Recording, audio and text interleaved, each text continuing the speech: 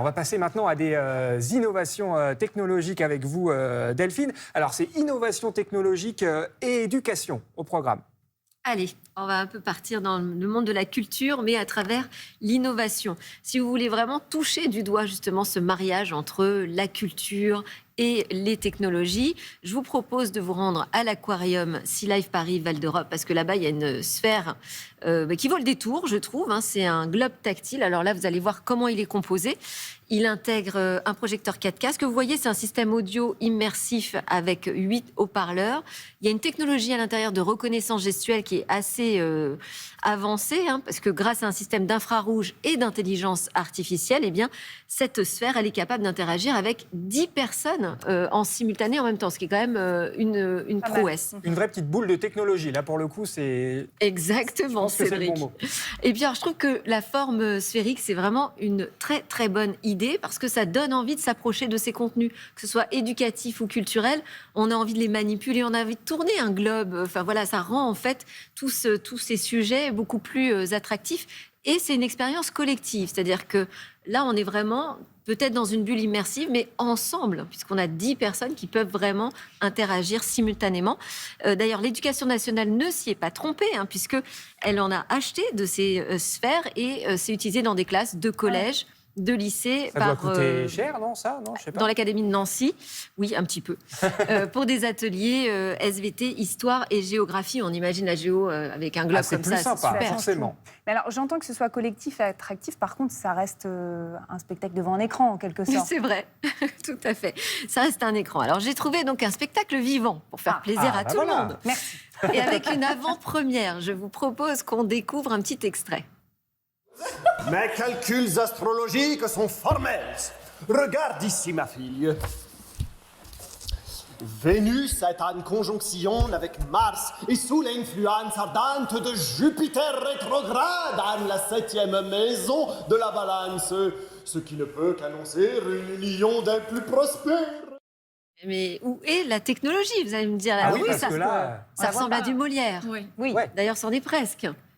On va dévoiler quand même le sujet. En fait, c'est une scénette qui est issue d'un projet assez unique, totalement unique en France, s'appelle Molière Ex Machina. Oula, attention, j'ai pas fait latin, moi. Molière Ex Machina, c'est-à-dire quoi? Qui tombe du ciel et qui sort de la machine, voilà. Ok. Dans les pièces de théâtre, c'est vraiment le clou du spectacle. L'idée, c'est vraiment de créer une œuvre à la façon de... c'est-à-dire une œuvre que Molière n'aurait pas reniée, même au contraire qu'il aurait pu écrire s'il n'était pas mort en 1673 après Le Malade imaginaire. Donc, grâce à l'intelligence artificielle. Exactement, grâce, pas seulement. Il y a aussi des chercheurs, des universitaires, donc c'est porté par Sorbonne Université et Obvious, qui est un collectif d'artistes qui travaillent avec l'IA. Donc on a vraiment, l'équipe, on a vraiment du théâtre classique, de la recherche universitaire, de la création assistée par ordinateur et par intelligence artificielle. Donc là, ces Pour gens, avoir c'est quelque ceux chose... Ils alimentent l'intelligence artificielle, c'est ça, c'est leur recherche qui alimente l'IA. En fait, c'est eux qui assistent l'intelligence artificielle. Souvent, on parle du contraire, mais en fait, c'est un travail qui va se faire main dans la main avec cette IA pour faire quelque chose de très fidèle. On pense au texte, mais il faut aussi penser au décor, au costume. Je voulais vous faire écouter la costumière. Ah, allez-y. Allez. On y va. Dans ce projet, ma mission, ça va être d'accueillir le dessin de costumes ou les dessins de costumes qui vont être générés par l'IA, comme un dessin d'un dessinateur du XVIIe siècle, exactement de la même manière. Donc je vais l'analyser, essayer de trouver des références iconographiques approchantes du XVIIe siècle. Donc je vais passer mon temps à relier avec le siècle de Molière. Donc on a compris, c'est l'IA qui lui donne ses croquis et elle va rattacher ça avec toutes ses connaissances historiques et des costumes.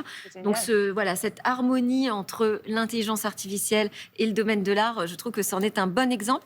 La première représentation sur scène, donc ça va être vraiment une pièce qui sera jouée pour la première fois, ce sera à l'Opéra Royal de Versailles, donc magnifique scène, en mai 2026. Donc on est très en amont. Le nom de la pièce a été trouvé par l'intelligence artificielle, c'est L'astrologue ou les faux présages. Sympa. On va y aller avec Lucie, on va étaler notre science, on va refaire la chronique de Delphine, les gens vont être épatés de tout ce qu'on sait. Les costumes, regardez les costumes comme ils sont beaux, c'est déjà quand même très bien avancé. Les textes aussi, on a encore du travail sur la musique parce que les IA et la musique baroque, pour l'instant, elles ne sont pas très familières, donc il y a encore du travail là-dessus.